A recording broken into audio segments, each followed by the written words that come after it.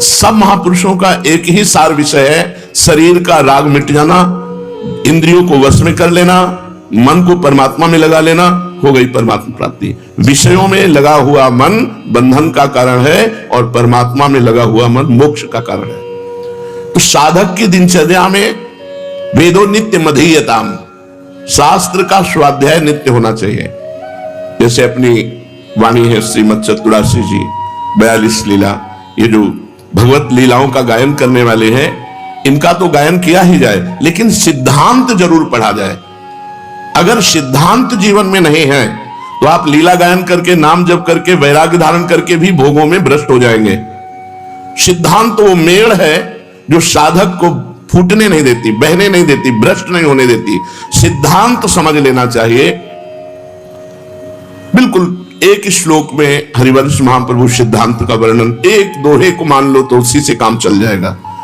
एक श्लोक, दूरादपाश स्वजनान सुखमर्थ कोटिम सर्वेषु साधन वरेषु चिरम निराशा वर्षम तमेव सहजाद्भुत सौख्य धाराम श्री राधिका चरण रेणु माम स्मरामि।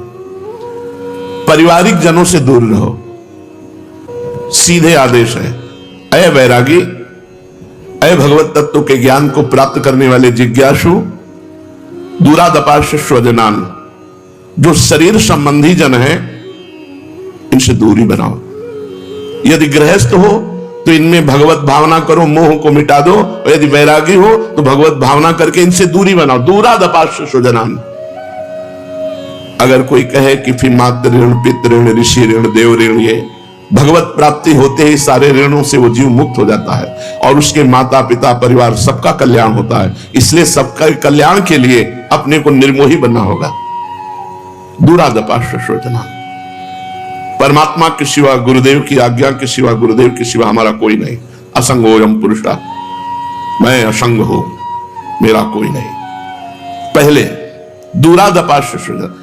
ये जो घर परिवार से वैरागी होकर के मिलना, तो पूर्व मोह को, जो अंदर हमारे संस्कार, उनको जागृत करना, तो फिर चिंतन किसका होगा?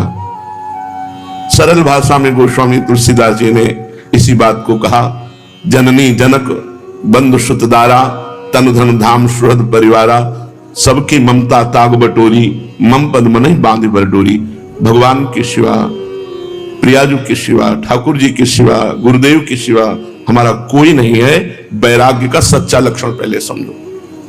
दूरादपाश स्वजनान, जो स्वजन संबंधी कहने वाले हैं इनसे बिल्कुल दूर, इनका परिचय भुलाना है हमें।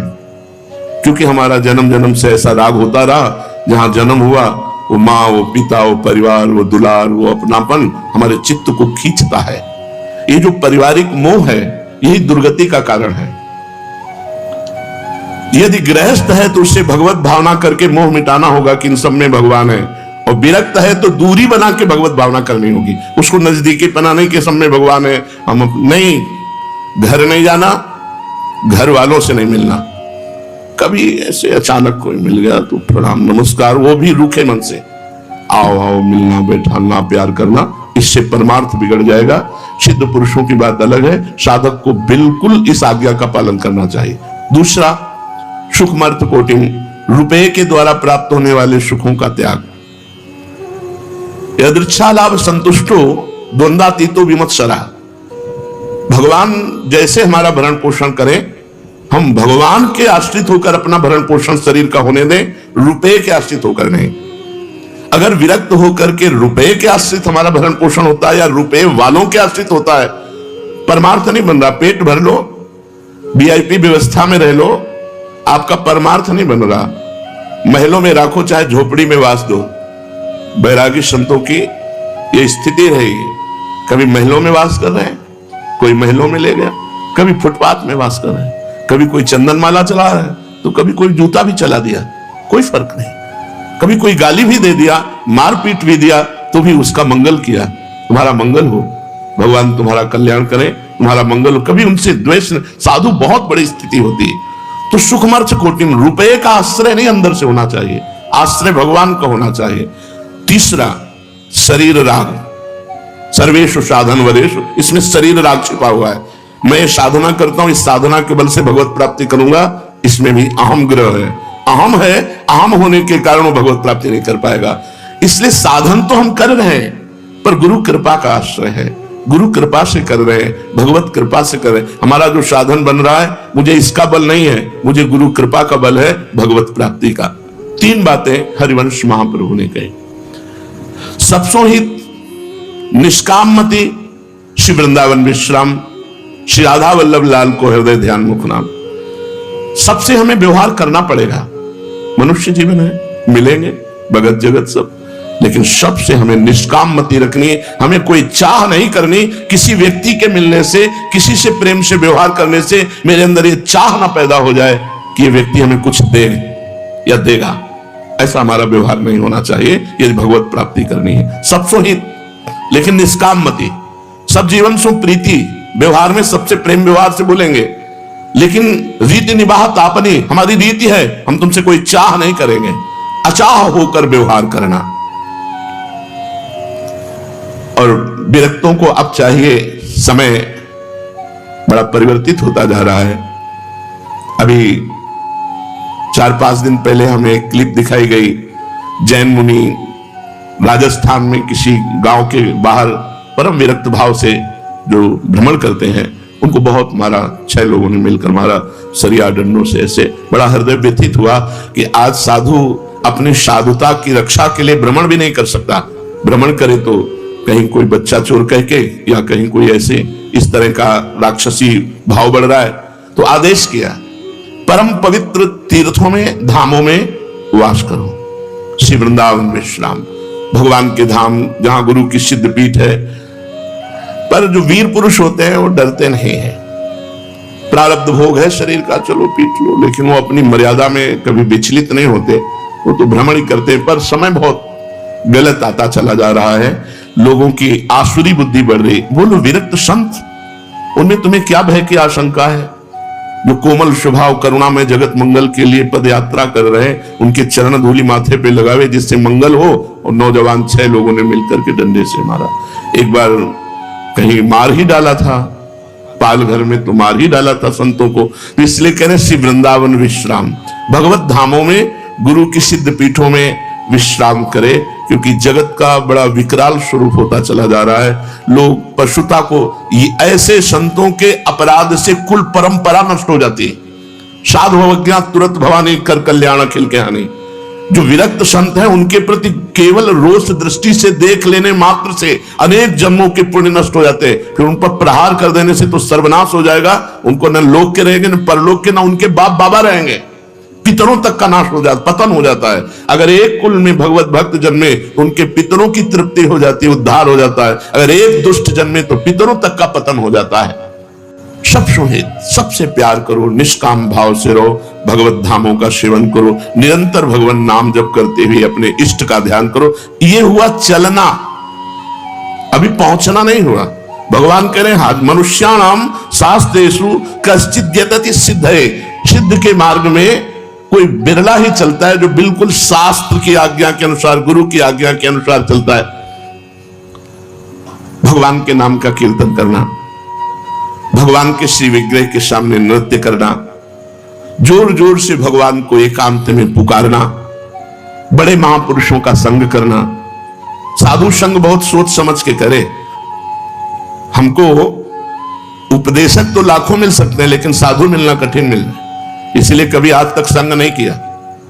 प्रवचन हो रहे दूर से सुन लिया, कभी संग नहीं किया, आज तक किसी का संग नहीं किया। उनके वचनामृत को पकड़ा और परमार्थ पे चले। दूर से सुन लिया, भगवान की बात अगर सत्य मिल रही है तो उसे स्वीकार कर लिया, आगे बढ़े। कपटी, दंभी, पाखंडी, बहुत तरह के वेश धारण करने वालों की बढ़ोतरी होती चली जा रही। शास्त्र और गुरु आज्ञा के अनुसार चलने वाला साधु, उससे हमारा संग होना चाहिए, तभी हमको लाभ मिलेगा। हमको प्रवचनों से लाभ नहीं मिलेगा। जिसके स्वयं के आचरण पवित्र नहीं, जो कंचन कामिनी का गुलाम है, वो ब्रह्म तत्व का उपदेश करे तो कैसे अनुभव में आएगा? अनुभव में तब आता है जब स्वयं में स्थित हो और फिर वो बात कहे तो बात समझ में आती। तो हजारों में कोई एक सिद्धों के मार्ग में चलता है, ये भगवत मार्ग में, और उन मार्ग में चलने वालों में हजारों में कोई एक सिद्ध होता है। क्यों? क्योंकि बीच में इतनी मनोहर वाटिकाएं माया फेंक देती है, उसी में मन रम जाता है। भगवान तो फिर मिल जाएंगे, अच्छा अच्छा खाने को मिल रहा है, पहनने को मिल रहा है, घोड़ा गाड़ी में चलने को मिल रहा है, रुपया पैसा है, बड़े भगत है, फंस गया। लक्ष्य राई के सम चलत ही हो तो और क्यों, एक राई के दाना के बराबर अगर चल दे अलग तो परमार्थ बहुत दूर हो जाता है। परमार्थ बिल्कुल कदम पे कदम, जैसी आज्ञा वैसा ही चलना। कुछ संत जन आए थे, हमने कहा हमारी इच्छा है वस्त्र ले लीजिए। उन्होंने कहा आपकी कृपा ही काफी है, वस्त्र पहने हैं, हमें जरूरत नहीं। अच्छा लगा, हमें जरूरत नहीं, आपकी कृपा ही हमें, आपके दर्शन हुए, संभाषण हुआ, अच्छा सही चल रहा है। जो वस्त्र शरीर में है तो हम लाद के क्या करेंगे, हमारे पास शरीर ढकने के लिए वस्त्र है, हमें नहीं चाहिए। हमारे अंदर हमारा लक्ष्य होना चाहिए। हमारा लक्ष्य वस्त्र संग्रह करना थोड़ी, रुपया संग्रह करना थोड़ी है, भोग भोगना थोड़ी है, परमात्मा अनुभूति करना है। तो भगवान करे यततामपि सिद्धानाम कश्चिन्माम वेति तत्वतः, उन हजारों में यत्न करने वालों में कोई एक सिद्ध होता है, सिद्ध भगवत प्राप्त। लेकिन कठिनाइयां भी है, इतनी आंतरिक कठिनाइयां हैं, काम क्रोध का वेग, लोभ मोह का वेग, कुछ आनंद की अनुभूति हृदय में नहीं हो रही, अंधकार छाया हुआ है, भजन का प्रयास कर रहा है, माया अपनी तरफ आकर्षित करके उसके चिंतन को खसीट रही है। बड़ा युद्ध है, कोई छोटा मोटा नहीं, महाभारत युद्ध से भी बढ़कर युद्ध है। ये युद्ध वही जानता है जो साधक भगवत प्राप्ति के मार्ग में चल रहा है। जो बैलेंस बना के मनोरंजन कर रहे हैं उनको तो युद्ध से मतलब ही नहीं, लेकिन जो संयम से भगवत प्राप्ति के मार्ग में चल रहा है उसके हृदय में दाह पैदा होती है। वो महान तितिक्षु, कष्टों को सहने वाला, बाहरी भीतरी दोनों प्रकार के प्रहारों को सहने वाला, वो सहत सहत बाढ़े भगति गए तनु गुरु हितगार। अब श्री भगवान कह रहे मैं स्वयं तुम्हें तत्व का उपदेश करूंगा। अभी तक भगवान कभी ब्रह्म ऋषियों के मुख से उपदेश दिए, संतों के मुख से उपदेश दिए, वो भी सब यथावत है क्योंकि भगवान ही बोलते हैं। ये स्वयं भगवान बोल रहे हैं, जगत गुरु श्री कृष्णचंद्र जी। भगवान ने कहा था कि मैं तुम्हें ज्ञान विज्ञान के सहित तत्व का वर्णन करूंगा। अब भगवान तत्व का वर्णन कर रहे हैं। भूमिरापो नलो वायु खम मनो बुद्धिरेव च अहंकार इतीयं में भिन्ना प्रकृतिरष्टधा अपरे अमितस्त्वन्याम प्रकृतिम विद्धि में पराम जीव भूताम महाबाहो येदम धार्यते जगत। पृथ्वी, जल, तेज, वायु, आकाश, मन, बुद्धि, अहंकार, ये 8 प्रकृति है जिसमें जीव फंसा हुआ है। भगवान कह रहे हैं ये 8 भेदों वाली मेरी अपरा प्रकृति है, और अपरा प्रकृति से बिल्कुल भिन्न एक परा प्रकृति है जिसे जीव कहते हैं। इन्हीं दोनों के द्वारा अनंत ब्रह्मांड विकसित दिखाई दे रहे हैं। पंच महाभूत, मन, बुद्धि, अहंकार, अष्टधा प्रकृति, ये अपरा है। और जो आत्मा है, आत्मा शब्द इसलिए यहां नहीं कहा गया क्योंकि भूल से देहाभिमान को स्वीकार के इसलिए उसे जीव कहा गया। जैसे कोई रिक्शा चालक हमें रोकना, बोला ए रिक्शा, वो खड़ा हो गया, क्या वो रिक्शा है? नहीं, पर उसने रिक्शे से तदात्म कर लिया है इसलिए वो रिक्शा कहने से रुक जाता है। ऐसे ही एक तरह समझो आत्मा की निंदा है जीव कहना, देहाभिमानी। जैसे रिक्शा कहना उसका अपमान है रिक्शा चालक का, पर वो समझता नहीं, वो रिक्शे में तदात्म इसलिए खड़ा हो गया। हाँ बोलिए, ए टैक्सी, वो खड़ा हो गया। यद्यपि वो अलग है, टैक्सी अलग है, ऐसे देह अलग है, ये अपरा प्रकृति है। पंचमहाभूत, मन, बुद्धि, अहंकार, ये अपरा प्रकृति है, मैं नहीं हूं।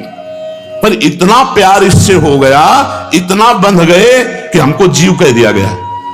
यद्यपि हम शिव हैं, यद्यपि हम आत्म तत्व हैं, यद्यपि हम भगवत स्वरूप हैं, अपने स्वरूप को भूल करके हमें जीव कह दिया गया, क्योंकि जीव शब्द ही होता है उस जो देहाभिमानी होता है। देहाभिमान किससे हुआ? ये अष्ट प्रकृति से हम फंस गए। ये 8 बातें हैं जो हमको फंसाए हुए हैं। पंचभूतों से बना हुआ ये शरीर, और इसमें मन, बुद्धि और देहाभिमान, अहंकार, ये अष्टधा अपरा प्रकृति को भ्रम से, अपना मान लेने से, परा प्रकृति जो परमात्मा स्वरूप है वो जीव, इन दोनों से ये चराचर जगत भरा हुआ है। श्री भगवान जीव बिल्कुल समझ लो, जीव नहीं है, परमात्मा है। क्योंकि एकोहम बहुश्यामा, मैं एक बहुत रूपों में हो जाऊं तो वही परब्रह्म परमात्मा बहुत रूपों में हुआ, पर वो देहाभिमान को स्वीकार करने के कारण परमात्मा न कह के उसे जीवात्मा कहा गया। स्थूल सूक्ष्म कारण शरीर से लाग करने के कारण उसे जीव कहा गया। नहीं तो सच्ची मानिए, अभी छोड़कर देखिए स्थूल सूक्ष्म कारण को, तो आप परमात्मा स्वरूप है, आप ब्रह्म स्वरूप है। श्री भगवान ने संबंध ही दुर्गति का कारण है और संबंध ही मोक्ष का कारण है। संबंध से संबंध मिटाना है, गुरु संबंध से जगत का संबंध मिटा देना है, और गुरु मंत्र के संबंध से देह चिंतन छोड़ देना है। गुरु संबंध से जगत संबंध मिटा देना है, गुरुदेव के सिवा मेरा अकेले, और गुरुदेव के मंत्र में इतना चिंतन में तल्लीन हो जाना है कि देह चिंतन छोड़ देना है और फिर अचिंत गति को प्राप्त हो जाना है। ये 8 में फंसे हुए, चराचर जगत इसी 8 में फंसा हुआ है। तीनों लोक, 14 भुवन, जड़ चेतन, स्थावर जंगम, थलचर, जलचर, नवचर, जरायुज, अंडज, स्वेदज, उद्भिद, सात्विक, राजस, तामस, मनुष्य, देवता, पितर, गंधर्व, पशु, पक्षी, कीट, पतंगा, भूत, प्रेत, पिशाच, सब ये 2 में, अपरा और परा प्रकृति, पंचभूत, मन, बुद्धि, अहंकार, इसी में आसक्त होकर के आत्म तत्व अपने को भ्रमित मान करके मैं स्त्री, मैं पुरुष, मैं जड़, मैं चैतन्य, और अनंत जन्मों से भटकाव चला आ रहा है।